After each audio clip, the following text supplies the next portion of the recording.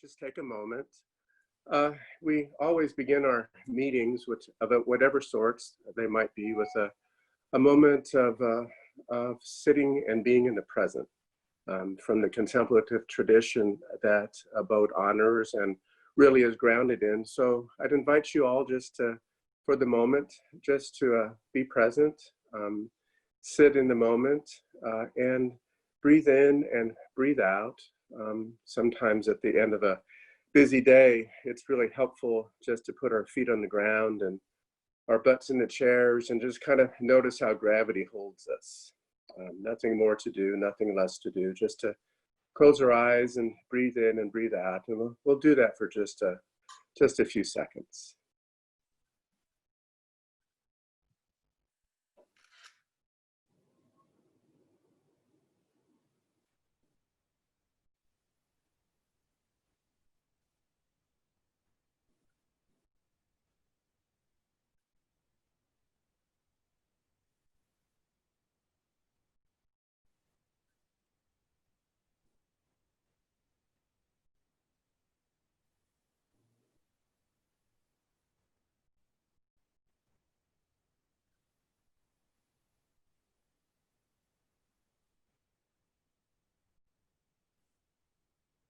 Thank you all. As I mentioned, we'll talk about how hospices and ABODE work together. And just briefly, I'll tell you, as a hospice chaplain for many years, and with the vision of so many years ago of starting a home that would take care of people who were dying, we were, of course, focused in the hospice tradition, which goes back for generations and generations. Into the Middle Ages is what I was studying. And now that we know even more about the history of hospice and the kind of care that was provided in that manner, we know it goes back into the 4th and 5th centuries AD. So there is a real close correlation with what hospice provides in terms of a holistic viewpoint about care at the end of life, and how ABODE can really partner with hospice, because truly without hospice agencies and the professional care that ABODE relies on them to give, we wouldn't be able to do what we do, because there are so many medical needs that hospices have to guide us about how to follow a plan of care. So I know that Beverly will be talking about that this evening. And when Patsy and I were, as my co-founder and partner in life, were thinking about ABODE, we all both had experience in hospices that we were able to pull on, with the input also of so many people that we had talked about this idea over the years, who were able to give us some good insight into how to partner with hospice agencies. So we're so grateful that we were able to find a model and to utilize it. So I'd like to introduce Beverly. Beverly Tuomala is a hospice nurse case manager for Christus Hospice. And as a matter of fact, this last month in July, she was named the Nurse of the Month. She's brought many guests to ABODE over the years. She's also a member of the board of directors and chairs the education committee. She has 30 years experience. We always learn so much from her, and congratulations on being honored this last month, and so glad to have you with us tonight. Thank you so much for being here. Oh, thank you, Edwin. Thank you, guys. I'm real happy to be here tonight and kind of share with you what I do on a daily basis. I'm so lucky to do on a daily basis. When people say to me, oh my gosh, why do you do hospice? And, why not? I think it's a calling. I think most of us who go into this work, we don't do it because of the money. It's not glamorous. The hospital's pretty sexy. When I was an ICU nurse and running down the halls and saving those lives, it was pretty, intense. But this is rewarding, and this is work that needs to be done with people who were chosen to do it.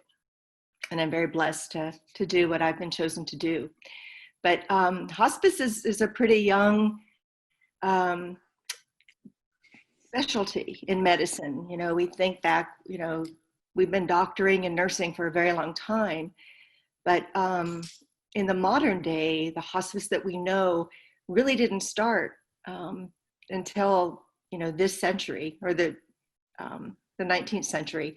And the mother of our hospice is a woman named Dame Cicely Saunders. And she was in London in 1948. She was a nurse and noticed that this really needed to be done. There needed to be a place to care for the dying. The dying were put, at the end of the hallway. They were put away because, the energy was to take care of the living, and all the resources were to take care of the living. And the dying were dying in pain. They were dying alone. And so in 1957, she earned her MD and was able to get an audience. She came to the US in 1963 and did a talk at Yale. And that got the hospice movement started here in the United States. And in 1967, she founded the first hospice in the United Kingdom. And then we weren't far behind. In 74, we had our first hospice here in the United States in Connecticut. And it was started and founded by another nurse, Dr. Florence Wald. And so, that kind of momentum moved forward. Elizabeth Kubler-Ross, of course, had a huge impact on the hospice movement going forward.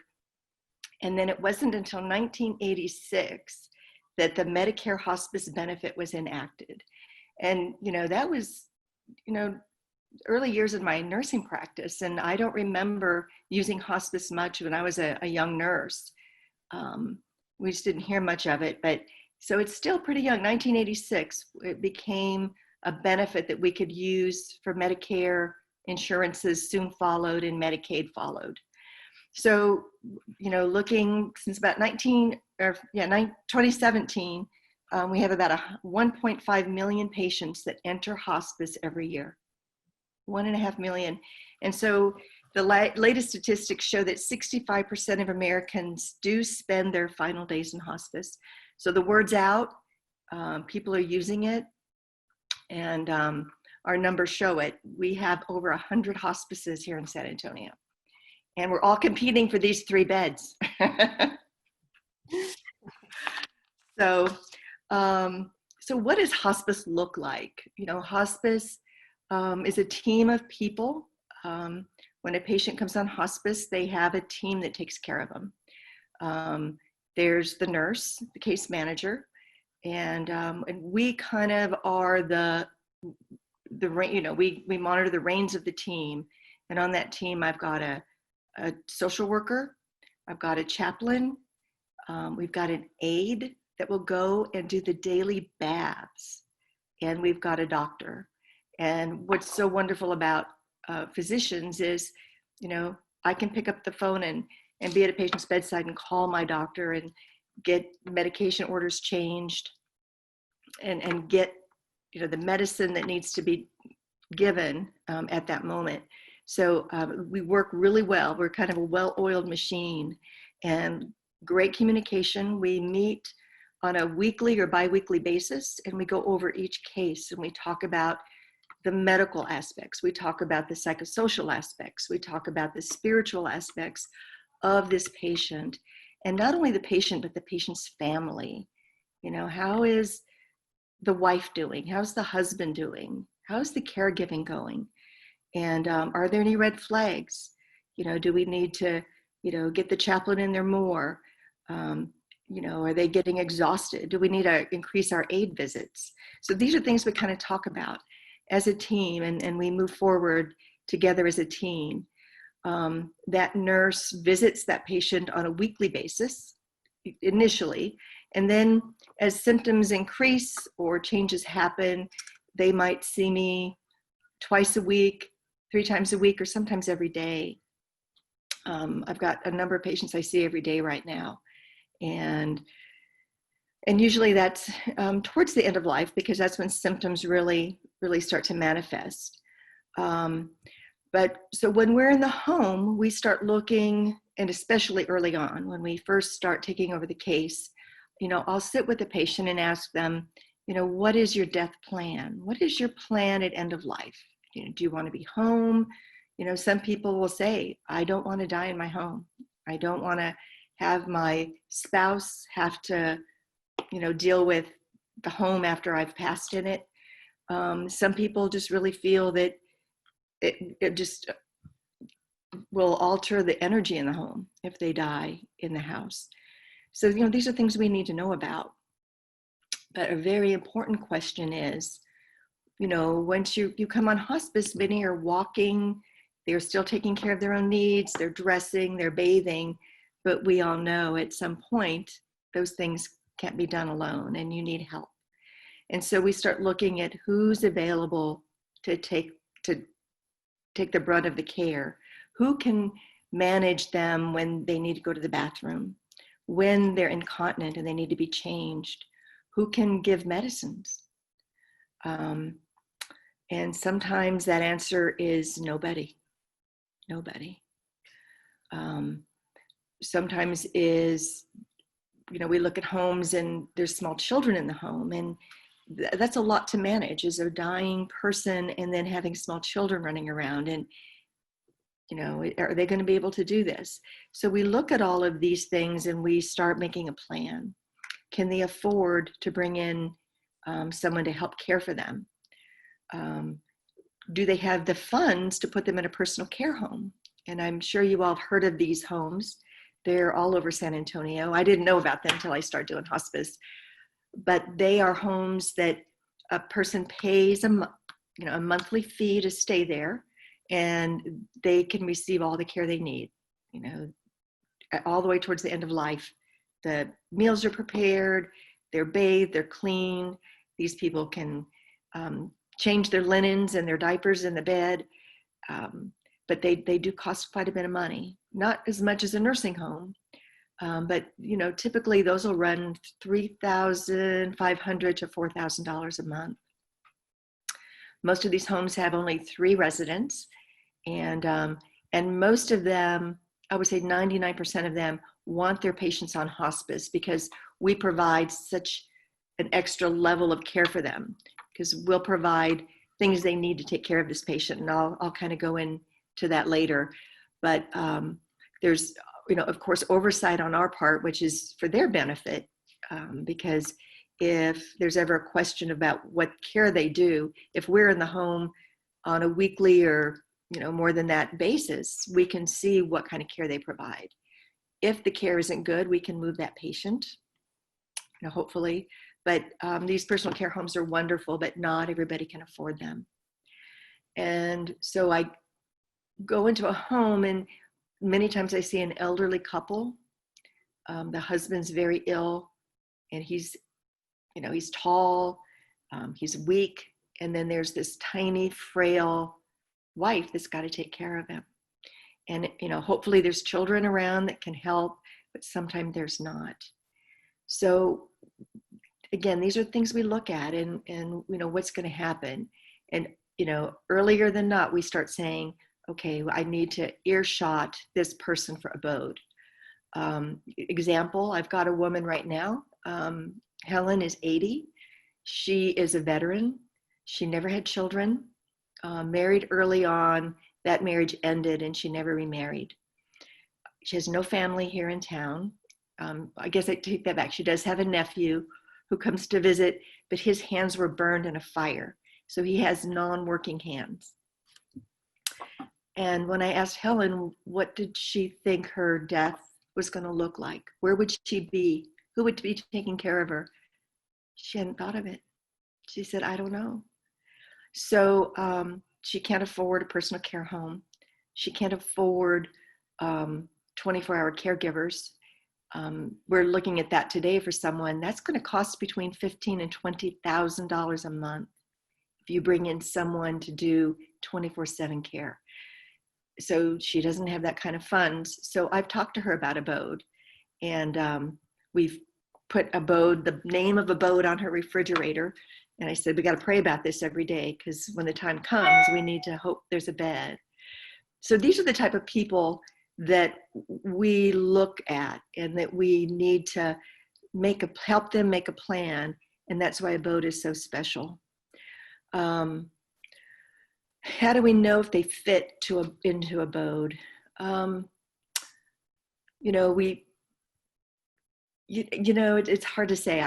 it's almost like I just know. I look for people who, if the spiritual side is important to them. I know they'll fit very well. And people who are just,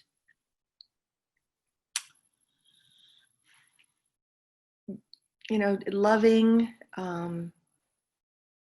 just, it's hard to say. That's a hard question you gave me there, Mary.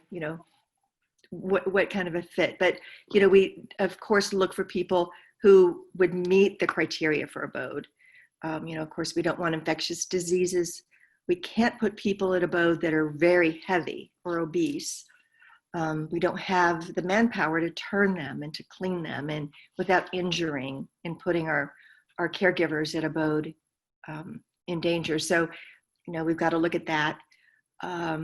Behavioral issues, it's real tough when we've got folks that do have mental illness and who we're doing a lot of behavioral work on. That's going to be very disturbing for the home. So we've got to look at all of this. So they've got to be a really good fit for abode. And that's where the team comes in, because we all can bring in our little piece of the puzzle, our little piece of expertise to decide what's the best fit for them. Hospices, oh, my dog's about to bark. Hospices support abode. I'm going to put me on mute for a minute.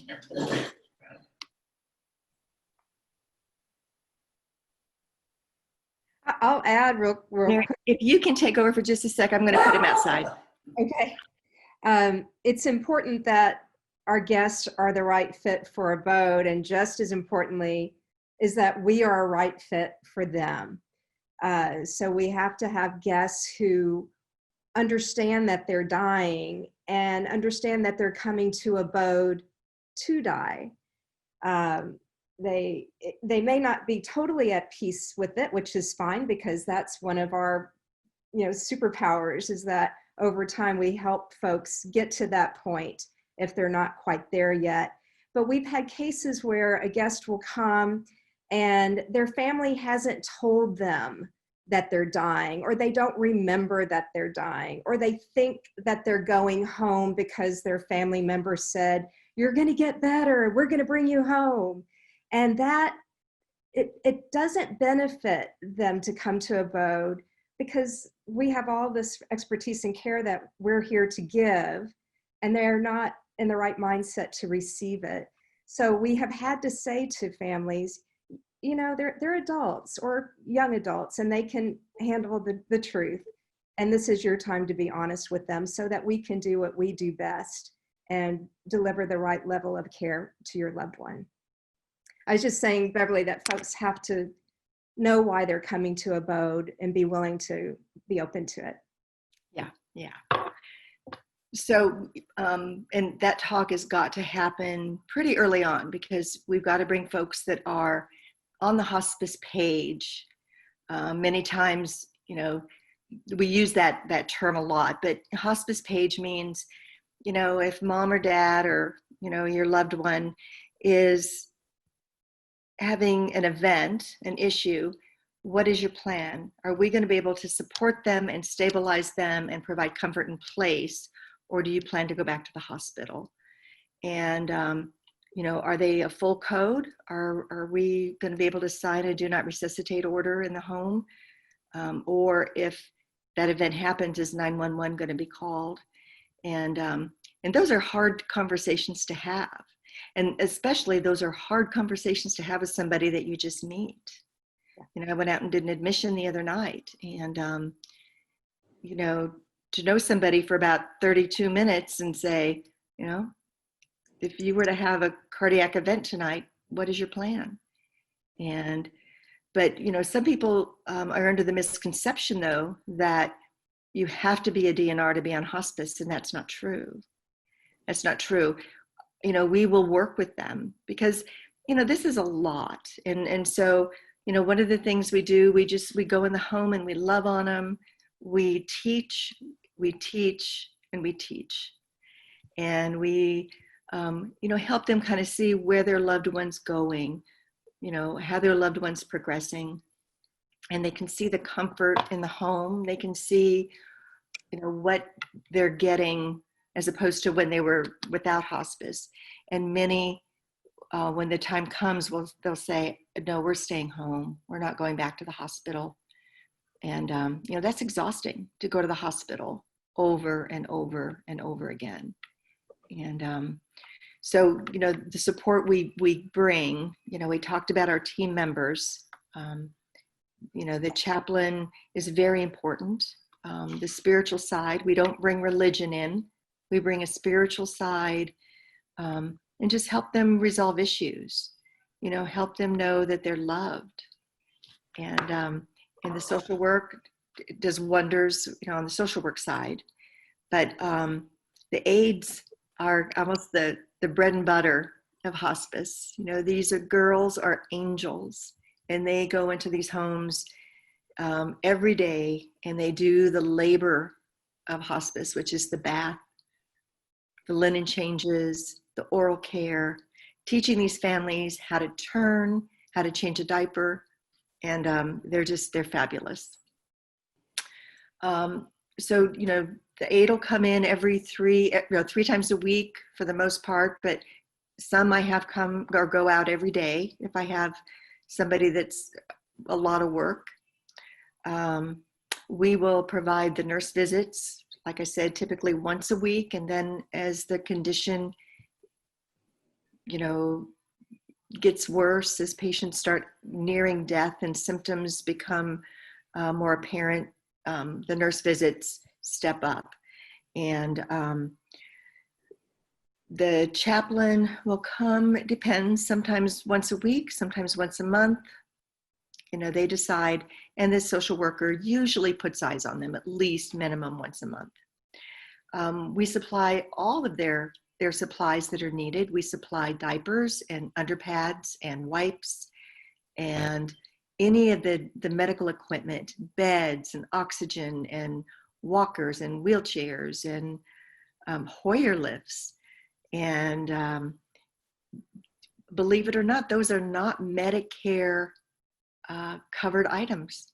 So if you were sitting on Medicare and you needed a wheelchair, Medicare's not going to pay for it.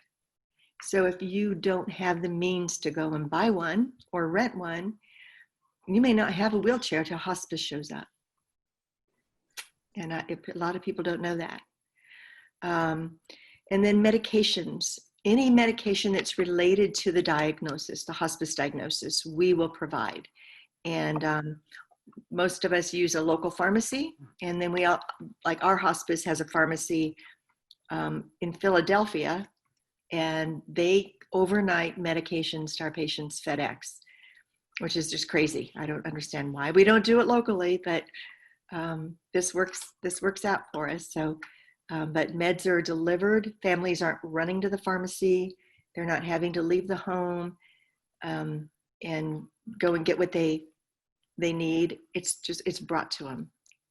Diapers and pads and all of that are drop shipped, and they end up on the doorstep. So it's a beautiful service, and families are really just put at ease when we show up and start taking care of things. And I really thank Cicely Saunders for putting this whole thing together and pushing the movement forward to see where we are now, because it's paid for by Medicaid, it's paid for by Medicare, most insurances, and they find that hospice care really does drop the amount of money that's spent on end-of-life care. When they look at an illness, if patients go into hospice, their end-of-life care, the numbers, the money goes up exponentially, because that's when the majority of hospitalizations occur. And they end up in an ICU, they end up intubated, they end up on drips, and then at some point a decision's got to be made to pull all of this stuff off. And if we can get to people before that happens and educate them about their illness and what to expect tomorrow, what to expect next month, what to expect in 6 months, they become very peaceful when they have information and they know what to expect. And they don't fear staying home anymore. They don't fear that pull to go back to the hospital to see if it can be fixed. You know, I think one of the hardest parts of my job is to teach people the trajectory of wellness versus hospice. You know, there comes a time when, yeah, we're going to the hospital and we're getting better, and our goal is to get better, find a cure, and go to wellness, some form of wellness. Hospice is a shift. Hospice, we need to teach that the goal isn't to get better anymore. The cure isn't going to be found. Getting better isn't going to happen. So we need to learn to accept that and take that journey and know that you're not going to be alone, and that we're going to walk with you, and we're going to love you, and we'll get through it. And it's a very rich thing to do. So on that note, Mary, I'm going to turn it over to you, and we can talk about how we choose guests and the agreements and what we worked on. Yeah, thank you, Beverly. That was very thorough. And we adore you at ABODE. Anytime we get a referral from Beverly, we know it's going to be a great match, because exactly what she told you is what she does. She knows our criteria, and she shared a good many points with you. And it is a feeling that you get with the potential guest to know whether it's the right fit. So we do have about 20 things on our admissions criteria, and Beverly mentioned quite a few of them, and I'll just mention a few others. One of the key things, and it's the most difficult part, is we look for folks in the last 3 months of life. Last 3 months, 3 weeks, 3 days. How do you tell when someone is 3 months away from death? It is so hard. Mm-hmm. And Beverly can talk more about that in the Q&A. Sometimes we get guests and I'll think, oh my gosh, they look great, you know? And we get guests who are very not well at all, and they get better. And I'll think, oh no, we're doing something wrong here. And often they'll get better, and then they'll start to decline. Or they're really well on their way, and there's not much more we can do except for to love on them and support them. But that 3-month guideline is a guideline. We've had guests who've stayed longer than that. We've had many guests who stayed much shorter than that. It all tends to even out. But that is a kind of a pinpoint that we ask for, and we depend on the hospice to be as honest with us as they can be.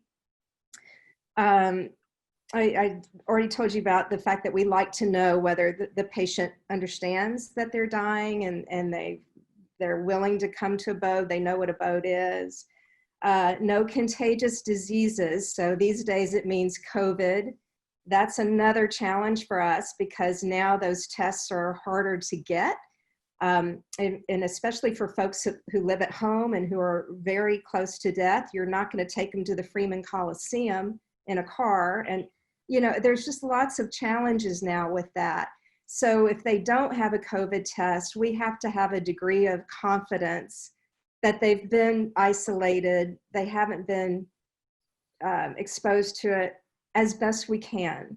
So ideally, we would love a negative COVID test, but we also have to be realistic that we may not be able to get one. And again, we have to just put our faith in what we're hearing and make our best decisions. This one is also tricky, more so now with COVID, and that's, we want to be confident that there's a plan B. Before, we weren't as worried about that. But if 1 or 2 of us as caregivers at ABODE were to contract COVID, not at ABODE, I don't think it's going to happen at ABODE because of all of our guidelines and procedures. But if one of us gets it outside of ABODE and we can't come to work and we're short-staffed, we'll likely have to shut down. Well, where do our guests go? If there's no place for them to go, what do we do? So we depend on our hospice partners to commit to finding a place for them. And now we're asking to know where that place is up front. So we're now primarily looking at folks who can either go home, which is sad because one of the reasons why we have ABODE is to take care of people who don't have a home or whose home is not conducive. But at least we know that there's some place for them to go, whether it's their family home, a friend home, or hospice is confident that they can help rehouse this guest if needed. The chance of that is very slim, but it's something that we have to attend to so that we don't have a crisis if something were to happen like that. So that's one of our new challenges. If all of those things are good, our staff, we look at all of the referrals, we look at all the clinicals, we look at people's medical records, we sit with a highlighter, go through them. Where's John? John Vincent's on, he's done this, all of the end of care navigators. We highlight things we want to know about, we make a list of questions, again, to make sure that the guest is a right fit for ABODE, but that we can provide the right level of care to that guest. For example, if someone's first diagnosis is dementia or Alzheimer's, we can't take that guest. They have to have a terminal illness that's not Alzheimer's or dementia, because we can't tell. They're especially hard to tell in terms of longevity. So it has to be some other terminal illness that they're dying from. So we look at everything, and then again, if everything is looking like it's a good fit, one or two of the navigators, including John, will go see the guest. It's one thing to talk on the phone with the hospice person, but you have to go see them and look, check them out, see if they understand what's going on, and talk about what they can expect at ABODE. So we go do that. In fact, Diana's going to see a potential guest tomorrow. We tell them, make sure they understand we're not a nursing home, we're not a medical facility, even though our staff they're experts at providing care. We're not a medical facility, we are a family home. And I've mentioned this to you before in earlier calls. It's as if you're going into your home and you and your family are caring for someone. That's the way to think of ABODE. We also talk a little bit about how much it costs to operate ABODE. We offer our care at no cost to them. We do not charge our guests, but we like for them to know about what it costs. And if they can help cover the cost of their care in some way, we welcome it, but it's not a requirement, and it has no bearing on whether we have you come to ABODE or not. We just think it's important that folks know the value that they're getting. And if they can help us out, we appreciate that. We also have a guest agreement, and has several things on it that the guest, if they're able to, reads and signs, or if they're so far along they can't, their power of attorney or their key decision maker or financial advisor, whoever is their person in charge, reviews it. And it, in essence, says they recognize they have 3 months or less to live, that ABODE is not going to do anything to extend their lives. We are here primarily for palliative care, to make sure you're not in any pain. We will follow what your hospice has asked us to do. Your hospice plan of care is exactly what we will carry out, and just keep you comfortable and all loved up until you're ready to go, so that there's always somebody with you. We also invite family and friends to come and help care and visit with their loved ones. At the beginning of this COVID mess, we came up with all these guidelines and rules and regulations, and we have failed miserably at most of these. The ones that said only 2 guests for the whole duration, and that's it, nobody else. That lasted about a day or two. We just can't keep loved ones away from the people they love. None of us are wired that way. We had a guest, and we told him only two visitors, and he said, well, then I just can't come. And then about a month later, his sister said he's just got to come, and he's okay with the 2 guests. And well, we're just not going to let him leave without seeing his loved ones and his friends. So our policies on the masks and cleanliness and temperatures, we still follow those very strictly.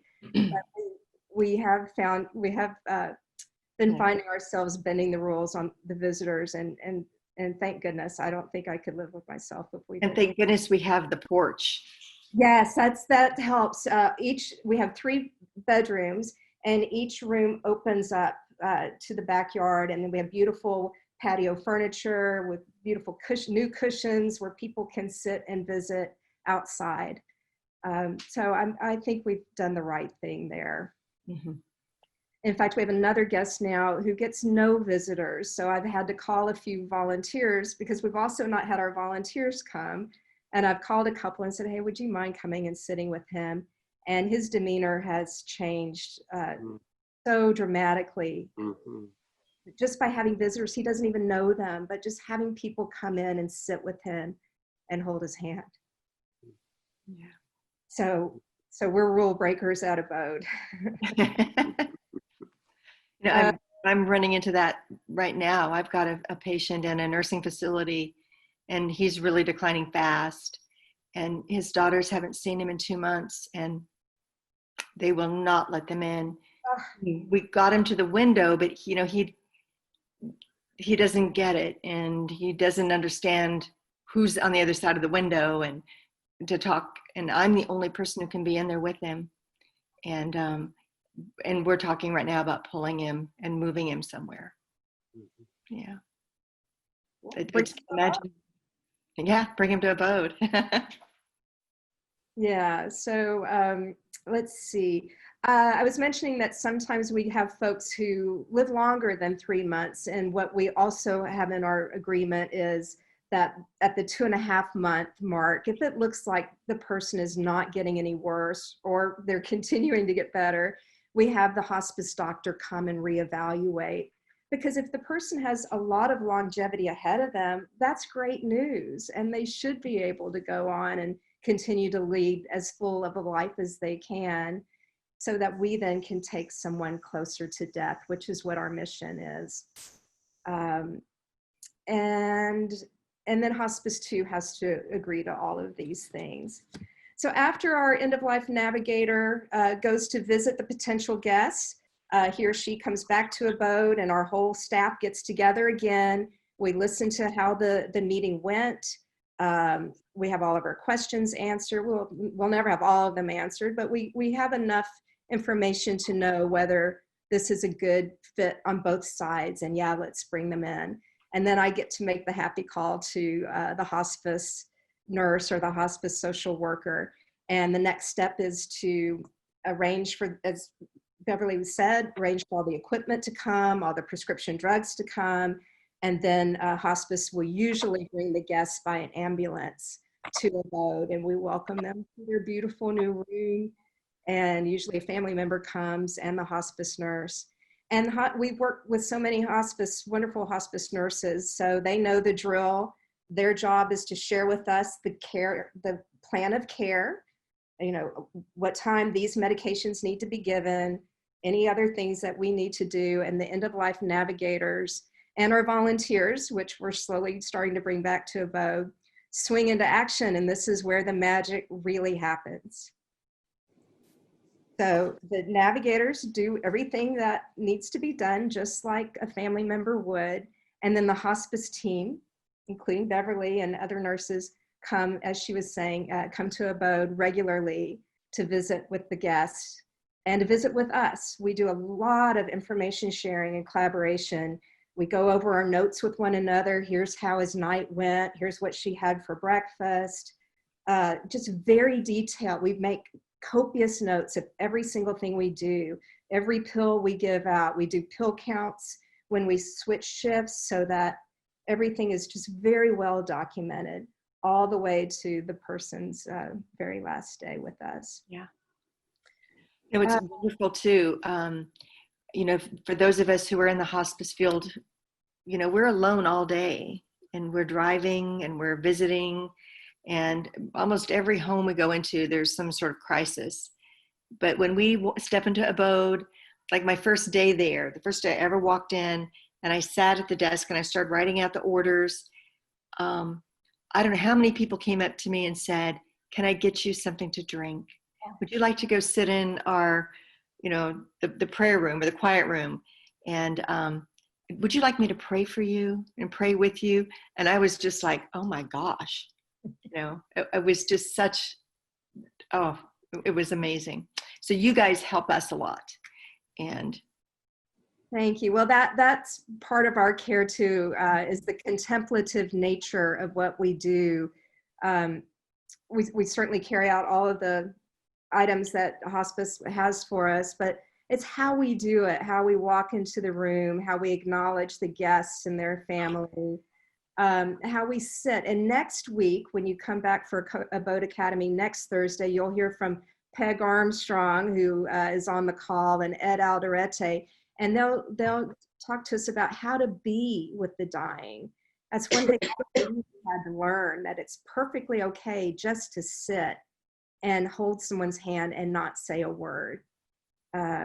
How to be with the dying. Most people don't know how to do that. I didn't know how to do that. They don't know what to say. They don't know that it's okay to acknowledge that your loved one is dying. And now's the time to say, whatever you've been wanting to say. This is it. This is the final act. So we learned so much from one another, from the SASICs and the early ABODE supporters. Then the Life Navigators have been doing this for at least 6 years at ABODE, and further. John Vinson is one of our best teachers. Everybody knows how to do, and they share their skills and their experiences so freely. You just can't come to ABODE and not learn something, and that's true too for our volunteers. It's an amazing community and an amazing experience. Yeah, so why don't we open it up to questions? Edwin, do you see the questions in the chat box? Yes, I do. And, gosh, I just wanted to say how remarkable it is to sit here and hear you both talk about ABODE, and to see so many of the things that we envisioned are coming to fruition and continue to. And I mentioned not long ago that when we were planning and we were doing all the work to open up the home, and we had a model and so on and so forth, and finally we took our first guest, and our thinking was, gosh, we hope it works, and gosh, it works so well in so many ways. And so thank you so much for what you shared with us tonight. So let me see what kind of questions we have. We've had several that have come up tonight. So let's see what we have here. On average, how many beds do the Comfort Homes have? I think this might be for you, Bev.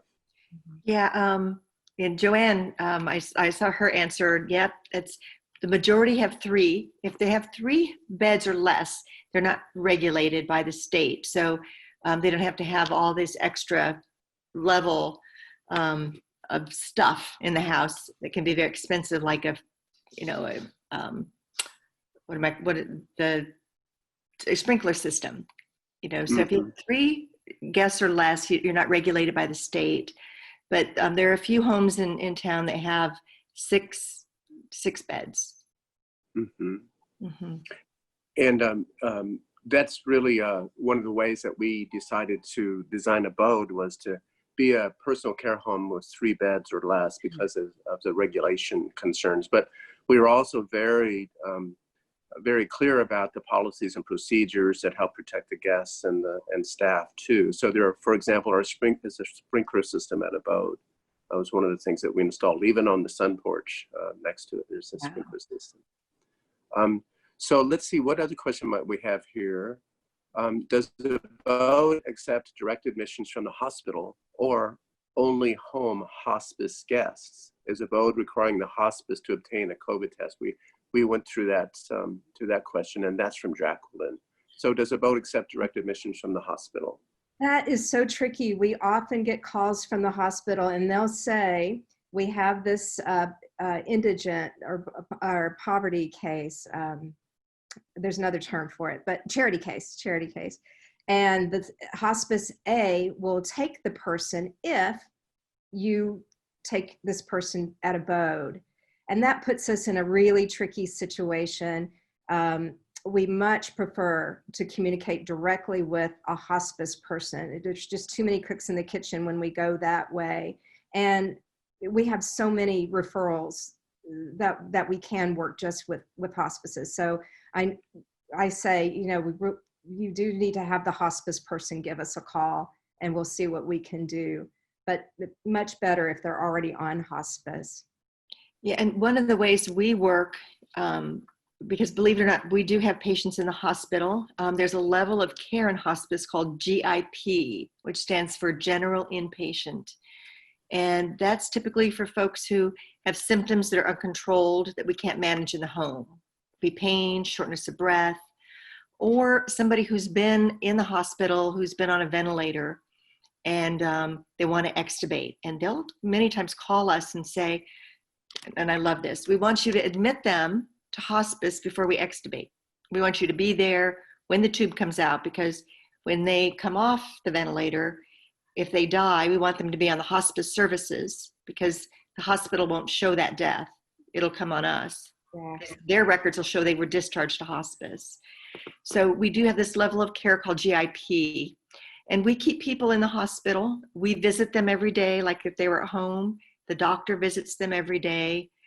And so ABODE has gotten many of our GIPs, because once they come out of the hospital, we've got to find a place to go. And many of them are very labor intensive folks to take care of. And ABODE has fit well with that, very well with that. Good. But they're on hospice before they get there. Mm-hmm.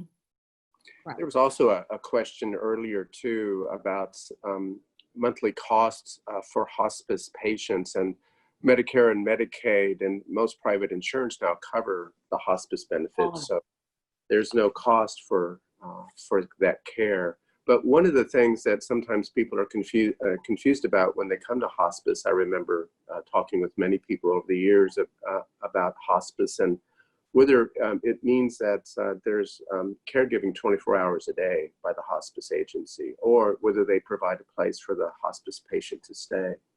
And that was really one of the motivating factors for us starting ABODE too, is because no, they don't.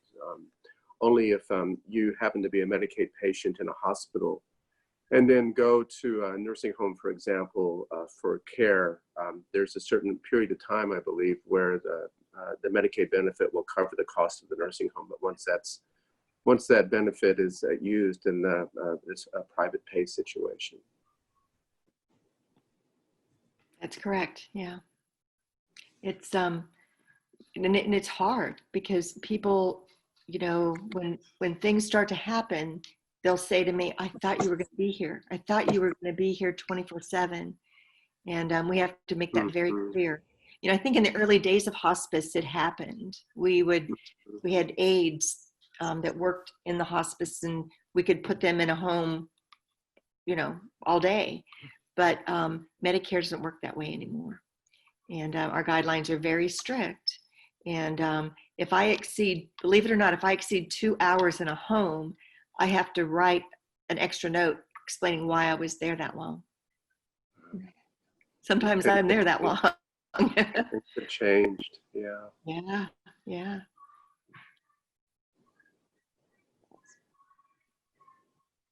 There was one clarification too that Kim wrote. My understanding is that hospice is for those with 6 months or less to live, and that is the case. And can you talk a little bit about, Beverly, about someone who might go beyond the 6 months limit in hospice? Yeah, so when a person does come on hospice, the expectation is they got 6 months or less to live. But, you know, sometimes people follow their own journey, and, you know, we hit 6 months and they're still with us. So what hospice does is we have these teams, you know, the interdisciplinary team. And what we do is initially when a person comes on at 3 months, and then again at 6 months, we evaluate them. We call that a recertification. And we look at them, and you know, that's kind of where the nurse expertise comes in, because I look for people to show me any sign of decline, whether that's sleeping more, eating less, getting weaker, maybe they've now developed incontinence. So if I can word my note showing that, yes, in the past 3 months they've declined, then we keep them on.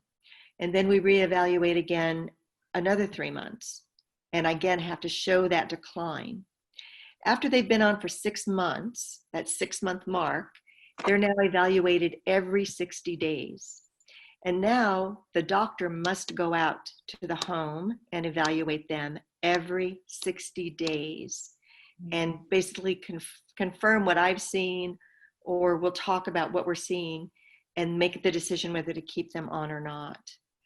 And I have people that have been on service for 3 and 4 years because their decline is happening, but it's not rapid, but I can show that there's progression. And so Medicare really looks at that. And there's huge penalties to pay if you keep people on service that aren't declining. So we really have to document that very well. Thank you. Mary, could you say a little bit about how volunteers play a role in guest care? And they're starting to come back now. The volunteers, it sounds like, to ABODE. Yeah. Well, when we realized that this one patient had one family member and he'd only come once in 2 weeks, and we're a very tiny staff, especially with COVID. We just have very few, 1 or 2 people in the house as staff members. So he's not getting the regular attention that he would have had when our house was filled with volunteers.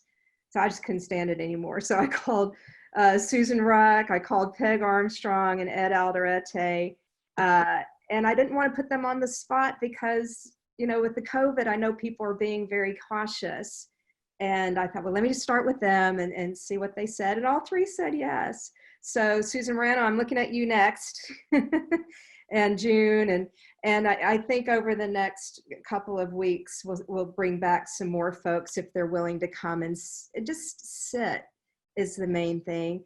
On top of that, there's any number of chores around the house. Brenda has been watering our backyard and garden, and that's just been a huge help. Peg and Ed and several other volunteers offer wonderful grief counseling. In fact, Peg is going to be talking with the sisters of a guest who died this week. And she would have been doing it all along in regular times because she would have been at the house more often. That's just one of the specialties of ABODE, is helping people be with one another and teaching about not to fear death. So volunteers can play a big role in that, in learning it themselves if they don't have that background. And then once they have the background, then sharing that with our guests. We also have lots of marketing projects. If anybody would like to join our marketing committee, in fact, a couple of you are on it. Our education committee, which brought you ABODE Academy, our fundraising committee. So lots of great committees to work on if you're thinking that guest care is not what you're interested in. So there's something for everybody at ABODE. There's just a wonderful symbiotic relationship between ABODE and hospice. And, thinking about how we see that manifested again is really a part and parcel of the kind of different approaches that ABODE and hospice have. So we could say, for example, that hospice agencies really focus on the medical aspect of death and dying. Of course, in a holistic way, with, as Bev was saying, the chaplain, the social worker, the aides, the doctors, the volunteers too, that work with the hospice agencies. Whereas ABODE, we've thought of it as focusing more on the spiritual and social issues that people face at the end of life, with a lot more possibility and focus being able to participate in that, because there just is more time. There just is more ability to provide that kind of interaction when it's asked for, that kind of presence when it's needed, and it really does mean that people who come to ABODE are filled really with the possibility of coming to the end of life, being cared for and loved in a very meaningful way. So it's a beautiful symbiotic relationship. Dying can be scary and lonely and full of fear. And the fact is, for hospice, we're not there 24/7. We're available by phone.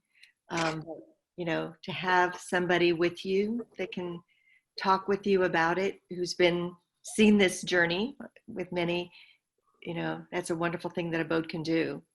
Because I go into these homes and it's scary and it's lonely. People in the back bedroom in the dark. It's sad. And and I, the few of the folks I brought there to just tell them about this place. I want to tell you a story about a woman that I took care of, and she was mad. She was angry that she was dying. She was angry that the doctors couldn't fix her. She was angry that her body was failing her. And she was afraid because her son was an alcoholic. He lived with her. He was in his 40s. Her husband had advanced Alzheimer's, but he was still at home. And the son was taking care of dad. And so, her son couldn't even give her any energy because, dad required all of it. And so I sat in her room one day. She was bleeding slowly. And I just finished cleaning her up and sat with her. And she was not a lovey-dovey person. She was kind of very stern with me. And, I accepted that. And finally I said to her, I asked her about her plan for dying. What does that look like? Where do you want to be? And she just said, I can't die here. I guess I'll just die in the hospital. And I just kind of nodded. And then she just got real quiet and she said, well, she got up and she had very little strength and she dug through all these papers on her nightstand. And she said one night she was up alone and was looking through the Sunday paper and found this article. And she said, and she kind of laughed, I'd really like to die here. And she handed me this article and it was about ABODE.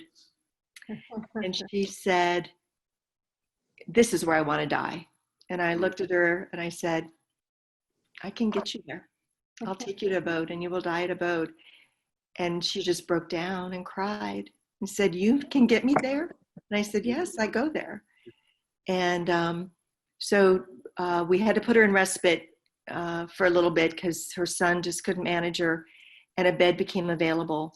And it was a hard decision for me because, again, I need to know if they've on that 3-month timeline and to see if she was really ready. Was she really ready to leave her home and her things and her husband and her son and go? And she, she trusted, and we took her over there and she was there for about 2.5 months.